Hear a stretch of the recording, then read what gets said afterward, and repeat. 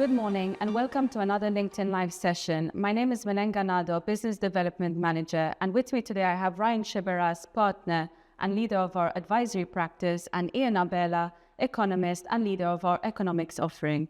Today we are here to have a discussion on the latest economic outlooks and to shed light on the recent developments of both local and international developments, as well as its contributors today. So Ryan, Ian, thank you both for being here today. Thank you for having us.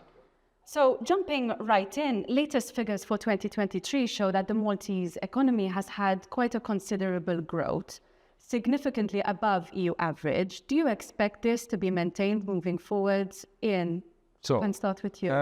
So Melen, thanks for the question. It's true, 2023 was another good year in terms of economic headline growth. It outpaced that of the EU average, and it continues from a good year in 2022 as well. However, in 2024, data is still coming through the first two quarters, but one may note a slowdown on the consumption side, given the strong performance of 2023. Comparatively, 2024 has been a bit slower in terms of consumption, and in certain sectors as well. So it is relatively broad-based across, I would say, a number of sectors in the local economy. You've got one would imagine that comes from the pinch that consumers might be feeling from increased inflation. In fact, they've been in quarter one, the retail sector actually experienced a decline. So a year-on-year decline in consumption expenditure in the retail sector. Slowdowns in traditionally faster growing sectors like ICT, financial services, professional services, they still continue to grow, but at a slower rate than they did in 23. And these were our traditionally higher performing sectors. On the other hand, you then have the flip side of a positive, continued robust growth on the recreational side and the sectors which relate to tourism.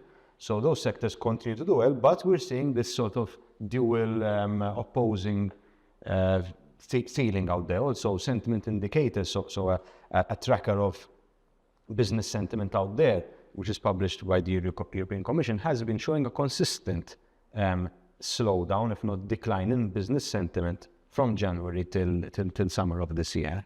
But there is also the other side that we're saying that the tourism sector is still doing well, and that gives hope in that regard.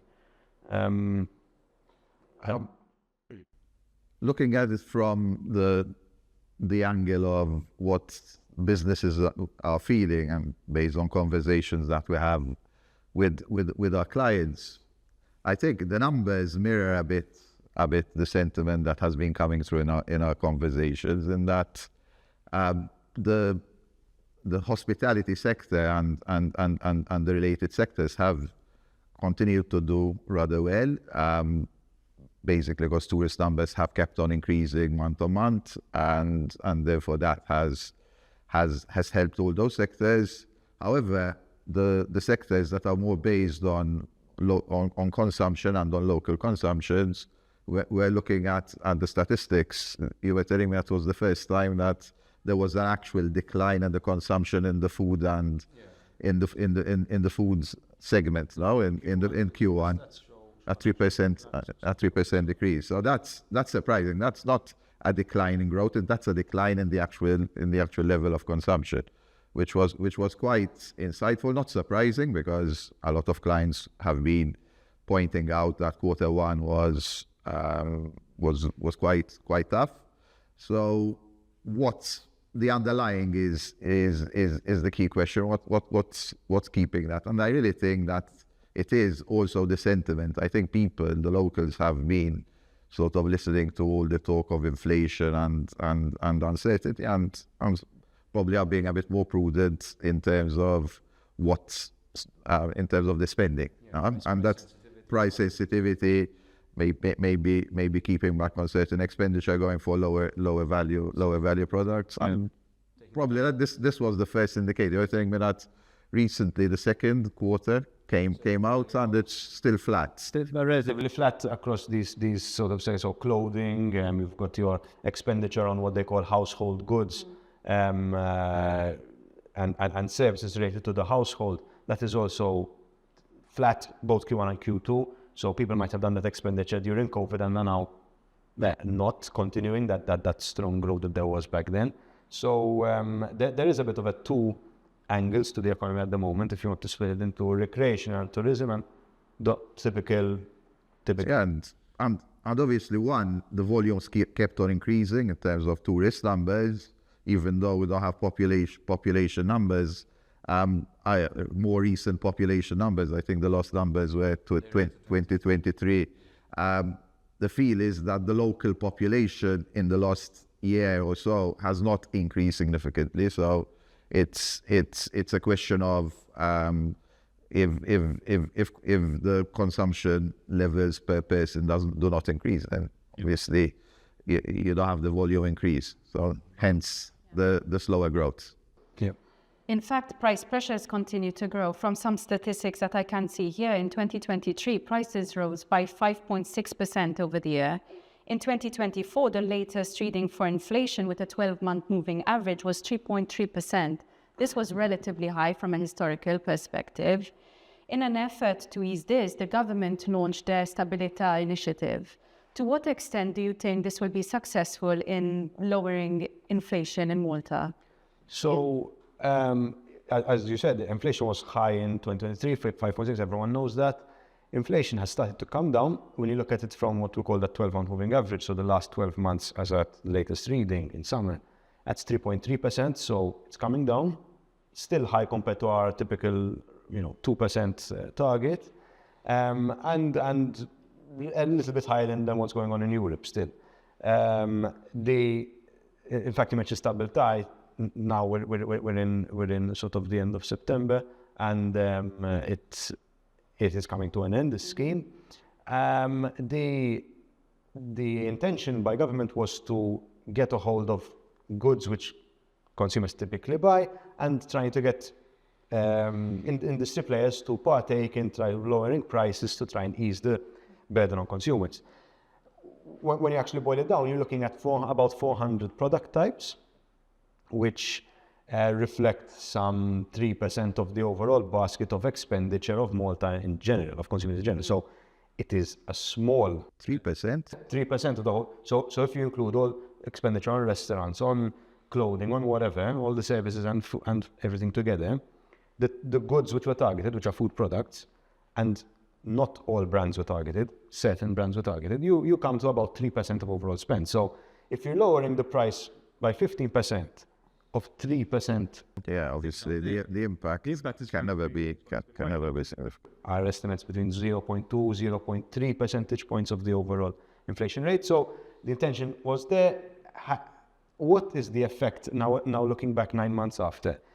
I mean, it's difficult to tease out one scheme like that because you don't even have the data to do that. But food price inflation is still high. Yeah, it's at 3.2%. Malta, but the food specific is about 5.5 if you look at between 5 and 6. Or if you look at the 6 months so far or 7 months so far that we have data of in 24. So food price inflation is still a reality. From client side, from the market side, there've been, I guess, mixed reactions to the Stabilità scheme. That's good. We initially, when it was launched, there was a lot of uncertainty, and I was involved in a number of discussions where we saying, what are we trying to do? What is this trying to achieve? How is it going to impact us?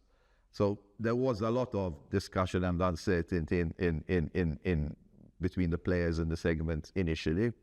More recently, it hasn't really been mentioned, to be honest, and possibly because, as the numbers seem to indicate, that if it had an effect, the effect was not material. Thinking about it speaking about the sector, which is the food retail sector, the last few months have been characterized by the entry of a large international player that has really had an effect on the dynamics of the market. And probably price, if anything, if prices are slowing down, it's more because of competition between. Yeah, that's exactly thinking about it. And I would look at quarter 2 and now quarter 3 when if that doesn't, the level of competition that there is now with a new player coming in, probably being aggressive in its pricing, leading others to obviously follow. I think if that doesn't manage to slow down food inflation, then I think it would be difficult to find something that would. So we'll wait and see. But I think the stabilità has it's coming to an end. It lost a bit of its maybe, or it's no longer top on people's agenda, if you want. But hopefully we need food inflation to go down, because it is one of the main pillars driving the overall inflation. And as any economy, we need to contain our economy, the level of inflation. From both your perspectives, Ryan, starting with you, what do you think the main challenges are for Malta's economy today? That's an easy question. Started with you, huh? Yeah. Give me a break. Let's put it in this way. I think the best way to answer it is by taking a bit of a step back, in the sense that recently we were doing a study for a client which involved looking back at a number of underlying demographics and economic indicators, and one thing that really stood out is the growth in population that we had in Malta, which grew from roughly 400,000 way back in the early 2010, 2011 to I know 550,000 and over that today. So that's a growth of over 150,000 in the population. Tourist numbers were roughly 2 million. Now they're closer to the 3 million. So that's so we have many more people on the island. These people are consuming, and that has driven the economic growth. So the economic growth that we had in the more recent years was driven by consumption. Now, can that be that strategy or that growth be maintained through increased consumption? Honestly, the feeling is that the population growth has come to a level where we can't grow at the same level that we grew in the past few years, because as a person living here, I think that our infrastructure cannot take further significant growth. So the economic growth we need to change a bit tact here in this respect. And you were mentioning some analysis that you were working to try and see where the population growth, what further population growth would mean. And I think you had some interesting on the findings. demographic side, it's very interesting, and maybe not enough discussion is being had. But if you were to base using Malta's fertility rate and existing, and take a base case assumption on migration going forward, so that migration begins to slow down and just starts to level out, you're still going to have a situation where by 2040, so 16 years time, you'll have about 700,000 people living in Malta, and that's the official figure. So 700,000 by the time, I don't know, 50. So 700,000 people is quite a lot. We grew up thinking that Malta has a place of 400,000 people. Yeah, that's nearly double. Almost double what we have in our mind as a base case. Obviously, is that sustainable? That is the $1 million question. Now, some might say migration can slow down. If migration slows down to what we can call a low migration scenario, of like 3,000-4,000 a year net migrants, you're still looking at 650,000 people by 2040, by this target year, if you like. 630,000 people is a lot. To give an example of, because everyone says it's a strain on the economy and on infrastructure, but I know tangibly, let's take a metric, I don't know, from the healthcare sector, hospital beds. For example, at the moment, we're about, if you divide by population by our hospital beds by population, the other way around, you're looking at about 406 beds per 100,000 people.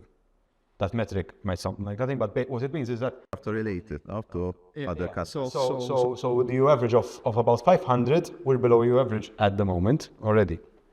if a population goes up to 630, like we're saying, that's to bring it down to about 320 beds. So from below middle, we're at the bottom of the pack. So I guess what we're saying is that our infrastructure is already stretched. Infrastructure meaning hospitals, roads, energy, water, and all the infrastructure is already stretched. So I really think we can't test it further with further economic growth. So I think that's what we're saying, that the strategy would need to be possibly diversifying from volume to other strategies. So it's clear that population growth and its sustainability is becoming an issue for an island as small as ours. What should we be trying to do in this regard? Are there any threats and opportunities above what you've already mentioned? That's a bit of what I was just saying, Milen, in that,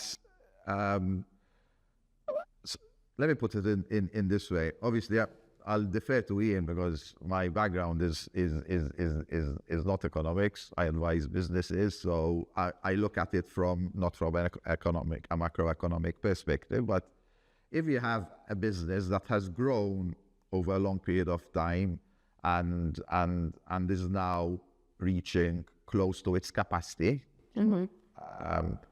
at that point, sort of, all right, I can't sort of increase my volume further.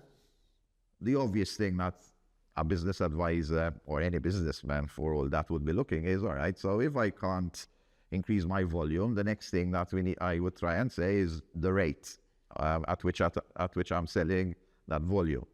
So, which in economic terms I think would be the value added. So, what I would think, let's focus on the value added and that every person would add as a strategy going forward. I don't know what's that take, if it makes any sense from an economics perspective. Yeah, for sure. What people are saying out, and people have said it out there as well, and what I think we need to be moving towards is a focus on output when it comes to demographics, when it comes to labor force discussions, the output per worker argument. Now we've seen that over time, over the past 5 years or so, Malta's output per worker, so the productivity per worker, has actually been flat. It obviously dipped in COVID, just like everywhere else, but it's been flat. Malta was playing catch up in this regard. The EU has always had, our EUP has always had a higher average output per worker than Malta, and Malta was playing catch up along in 2000s, even leading up to about 2015 or so. And then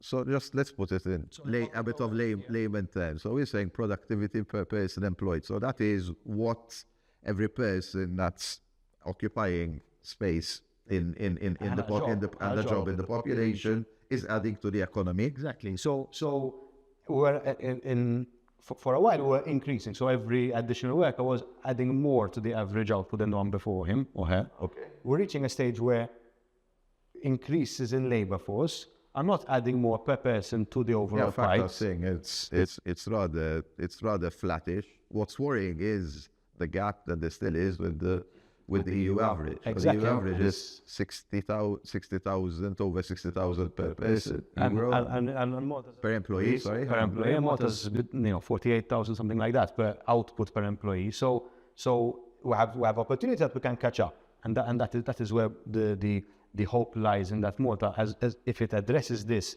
can make a leap forward. To do that, you require things like investment in R&D, where Malta tends to lag, expenditure on R&D per capita, or as a percentage of overall expenditure tends to lag. Yeah, we need to go for those sectors that have higher value added segments.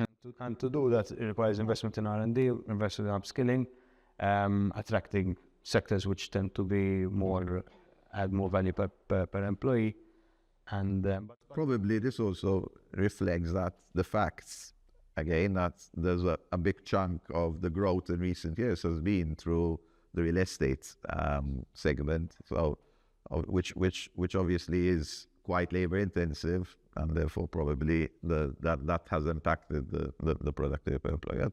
I think in simple terms, because economics sometimes can get a bit difficult, a bit complicated or abstract if you want. But what we're saying is that going forward, we need to, what I would think we need to, as a country, try to do is saying, all right, we can't keep on sort of growing our economy to having more people. We need to make sure that the people that are around are occupied in sectors that add more to the economy than the moment, and than the average, exactly. Ryan, Ian, thank you both for sharing your insights. Thank you as well for joining in on this LinkedIn Live session. If you're interested in reading more about the latest economic outlook, you may do so by visiting our website, pwc.com. Thank you and wishing you a lovely day.